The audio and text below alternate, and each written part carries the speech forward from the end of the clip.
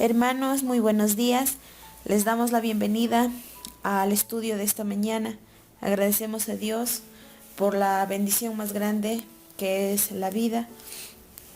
Pues bien, hermanos, sin más, comenzamos este estudio, pero sin antes de poder pedir instrucción a nuestro único dador del conocimiento y entendimiento para su palabra, que es el Señor, y que Él sea quien nos dirija en este estudio. Oramos.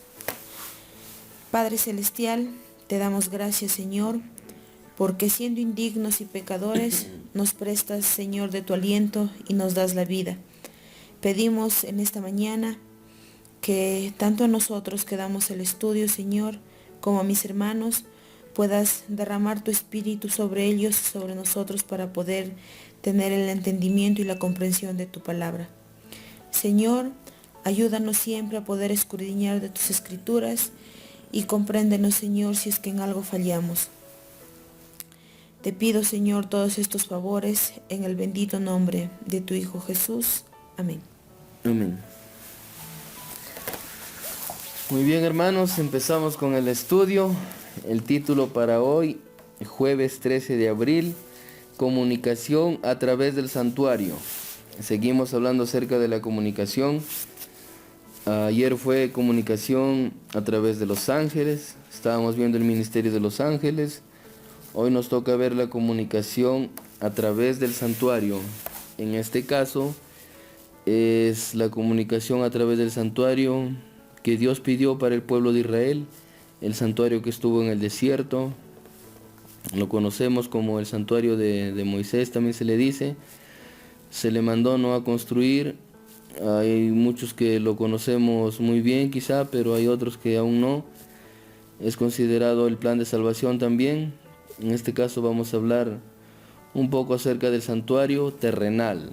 El santuario terrenal, el que fue edificado por orden de Dios y lo hizo Moisés. Entonces, ¿me lees la primera pregunta, por favor? Primera pregunta nos dice: ¿cuán a menudo daba a conocer Dios su voluntad mediante el Urim, que significa luces, y el Tumim, que significa perfección o plenitud? Vamos a ir al texto bíblico Éxodo 28:30.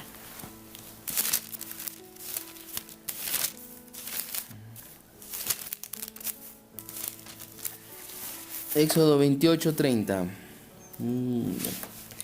Y pondrás en el pectoral del juicio el Urim y el Tumim, para que estén sobre el corazón de Aarón, cuando entre ante el Señor, y Aarón llevará siempre el juicio de los israelitas sobre su corazón ante el Señor. ¿Otro pasaje? Bien. Deuteronomio 33:8. Deuteronomio 33:8. Ahí están las lindas páginas. 33:8. Ahí está. De Leví dijo: tú, Tumim y Urim sean para el hombre de tu agrado, a quien probaste en Masa, con quien reñiste en las aguas de Meriba. Bueno, nos vamos a centrar en el Urim y el Tumim, pero para hablar del Urim y el Tumim también tenemos que hablar del pectoral del juicio, como se le llama a la partecita que llevaba siempre el sumo sacerdote. El sumo sacerdote, ¿no? Los sacerdotes solamente vestían de una sola forma, pero el que más era espléndido en vestimenta era el sumo sacerdote. Sabemos que el sumo sacerdote era de la tribu de Leví, al igual que los sacerdotes, pero el sumo sacerdote era el único que podía entrar directamente a la presencia de Dios, en este caso al lugar santísimo. Entonces él tenía el pectoral conocido como el pectoral del juicio, o racional también le llaman. En otras Biblias sale como racional, pero ahí se refiere igual al pectoral. ¿Y cómo era ese pectoral? Era de forma no tan, digamos, ni redonda, es como cuadrada, entre cuadrada y rectangular. Tenía 12 piedras, son las 12 piedras que tenían los 12 nombres de las tribus de Israel, que también esas 12 piedras son los 12 fundamentos, ¿no?, de la ciudad celestial, conocida como la Nueva Jerusalén. Y al costado de ellas había 2 piedritas, uno a la derecha, uno a la izquierda. O sea, ahí eran 14, ¿no? Pero 12 eran de los nombres de las tribus de Israel. Pero independientemente había una a cada lado. Entonces, esas piedras no se cuentan como parte de las tribus, sino que era un pedido especial que Dios le dio a Moisés para que lo hiciera de esa forma. Una era llamada Urim y el otro era el Tumim. Entonces ahí podemos entrar un poquito en el contexto acerca de dónde iba esa parte. Entonces leemos el testimonio para responder la pregunta. El testimonio nos dice: a la derecha y a la izquierda del racional había 2 piedras grandes y de mucho brillo. Se llamaban Urim y Tumim. Mediante ellas se revelaba la voluntad de Dios, el sumo sacerdote, cuando se llevaba asuntos ante el Señor para que Él los decidiera. Si un nimbo iluminaba la piedra de la derecha, ella era señal de aprobación o consentimientos divinos, mientras que si una nube oscurecía la piedra de la izquierda, era evidencia de negación o desaprobación. Patriarcas y Profetas, página 364. Entonces, ¿cuán a menudo daba a conocer Dios su voluntad mediante el Urim y el Tumim? Ahí le vamos a poner siempre. Siempre que, por ejemplo, hay un ejemplo que cuando los jueces dicen que tenían que tratar asuntos difíciles que ellos no podían decidir por sí mismos, se los enviaba, dice, a los sacerdotes, ¿no?, los asuntos. ¿Y qué hacían los sacerdotes? Consultaban a Dios y el Señor respondía mediante el pectoral, ¿no?, del sumo sacerdote. Por ejemplo, cuando consultaban a Dios con respecto a una batalla, a una guerra, si la piedra derecha era iluminada, quería decir, vayan y van a prosperar. Pero si en cambio la piedra izquierda se envolvía, dice, en una nube, quería decir Dios ahí al pueblo, no vayan porque no van a prosperar. Entonces la comunicación siempre era a través del Urim y el Tumim, en este caso, en esa parte que ahorita estamos estudiando. Ahora sí vamos a leer la siguiente pregunta que nos dice, a ver si me apoyas, por favor. ¿Dónde, cómo y cuán a menudo era oída la voz de Dios hablando al sumo sacerdote? Vamos a buscar en nuestras Biblias Éxodo 25, 22. Éxodo 25, 22. Y desde allí me declaré a ti, desde el propiciatorio, de entre los 2 querubines que están sobre el arca del testimonio. Hablaré contigo y te comunicaré todo lo que te mande para los israelitas. Aquí está hablando Dios. Otro pasajito. El mismo libro de Éxodo 29, 42 y 43. Ya. Ofrecerás el otro cordero a la caída de la tarde, conforme a la ofrenda de la mañana y conforme a su libación, en grato aroma. Será una ofrenda encendida en honor del Señor. Esto será un holocausto continuo durante vuestras generaciones a la entrada de la tienda de la reunión ante el Señor, donde hablará con vosotros. Versículo 43. Allí me reuniré con los israelitas y el lugar quedará santificado con mi gloria. Bien. Otro pasaje. También buscamos en nuestras Biblias Levítico 1:1. Levítico versículo 1 del capítulo 1.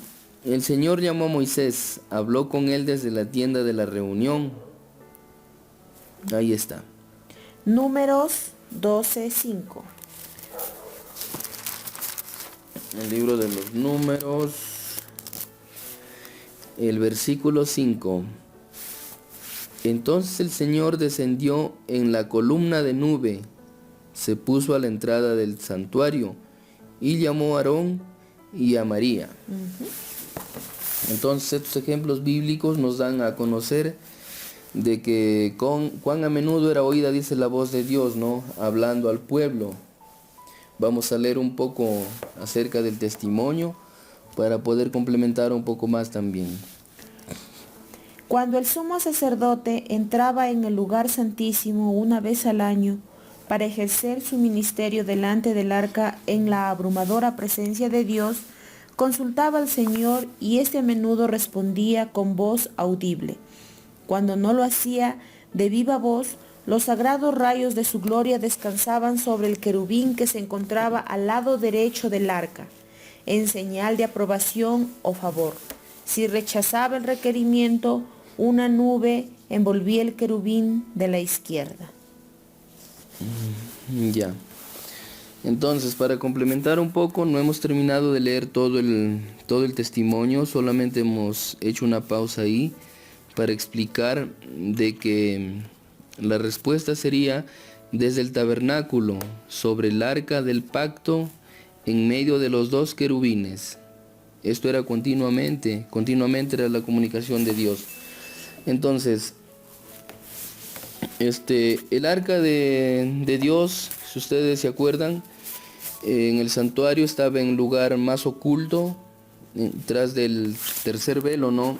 O del segundo velo, hablando desde la tienda o el tabernáculo. Era un cofre sagrado confeccionado para contener los 10 mandamientos. Aparte de los 10 mandamientos estaba la vara de Aarón, teníamos el maná, y sobre del arca había una tapa llamada propiciatorio, y sobre ella 2 querubines. 2 querubines, recordamos que eran una pieza completamente de oro, en la cual se daba la manifestación de Dios. ¿En qué forma? Entre los 2 querubines había una presencia, ¿no? Una radiancia llamada como la Santísima Shekinah. Entonces se consideraba, ¿no?, la gloria de Dios, y también se decía que era la fortaleza para el pueblo de Israel. Era la señal de la presencia divina, se manifestaba sobre ella día y noche, nos dice también el testimonio. Entonces, de igual forma se usaba ahí, cuando el sumo sacerdote ingresaba, Dios mostraba su aprobación cuando el querubín de la mano derecha era iluminado, dice, en señal de cuando era aprobado, y el de la izquierda también con una nube cuando era en desaprobación.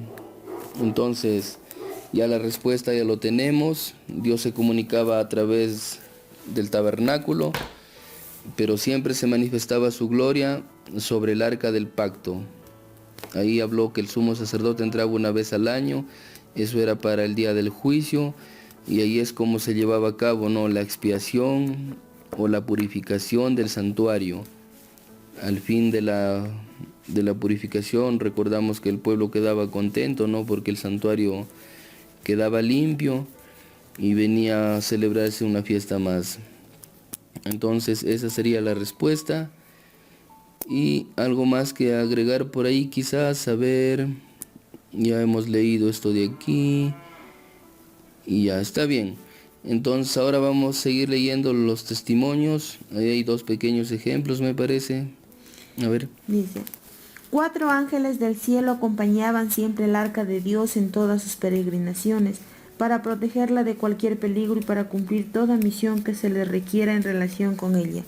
Jesús, el Hijo de Dios, seguido por los ángeles celestiales, iba delante del arca cuando ésta se aproximaba al Jordán. Las aguas se dividieron delante de su presencia.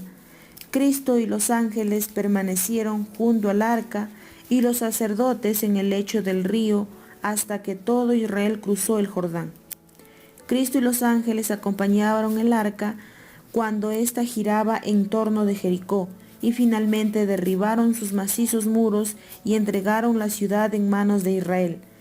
La historia de la redención, página 188. Sí, eso. Entonces ahí vemos, ¿no?, cómo era protegida el arca de Dios, lo llama aquí la sierva. Y así también se conoce, ¿no?, el arca del pacto. E iban, dice, 4 ángeles que la acompañaban en las peregrinaciones para protegerla, dice, del peligro. Y hay muchas historias, no vemos del arca. En la Biblia ya el rastro se pierde, ¿no?, del arca. Leemos que también ya el contenido del maná, la vara de Aarón ya no está. Solamente en una parte vemos que solamente están las tablitas, las tablas del pacto. También lo vemos al Señor Jesús y sus ángeles acompañando, dice, al arca, cuando estaba girando en torno a las murallas de Jericó, ¿no? Después de 7 vueltas recordamos que cayeron. Y así vemos, ¿no?, la protección de los ángeles también al arca. Entonces el tema ha sido el de hoy, comunicación a través del santuario. Y ese es el ejemplo que vemos, que Dios se comunicaba usando el santuario, en este caso el tabernáculo, yendo un poquito más adentro al arca del pacto, y también en el pectoral del juicio, el que llevaba el sumo sacerdote. De esa manera también Dios comunicaba las buenas noticias por la piedrita derecha, y cuando era señal de que no iba a resultar bien, digamos, el proyecto, era la piedrita de la izquierda. Ese ha sido, hermanos, el estudio para hoy, esperando que le puedan dar una leidita más a su folleto para poder comprender. Y sabemos que la palabra de Dios es tan extensa, y día a día es bueno retomar y recalcar los estudios que vamos viendo, escucharlo una y otra vez, para poder llegar a comprender y para que se nos quede algo, ¿no? Sabemos que quizá todo no lo vamos a poder comprender, pero al menos las partes más fundamentales, y para poder también enseñar a otros, quizás a nuestros pequeños que tenemos en casa, y así poder seguir compartiendo, hermanos, este pan espiritual.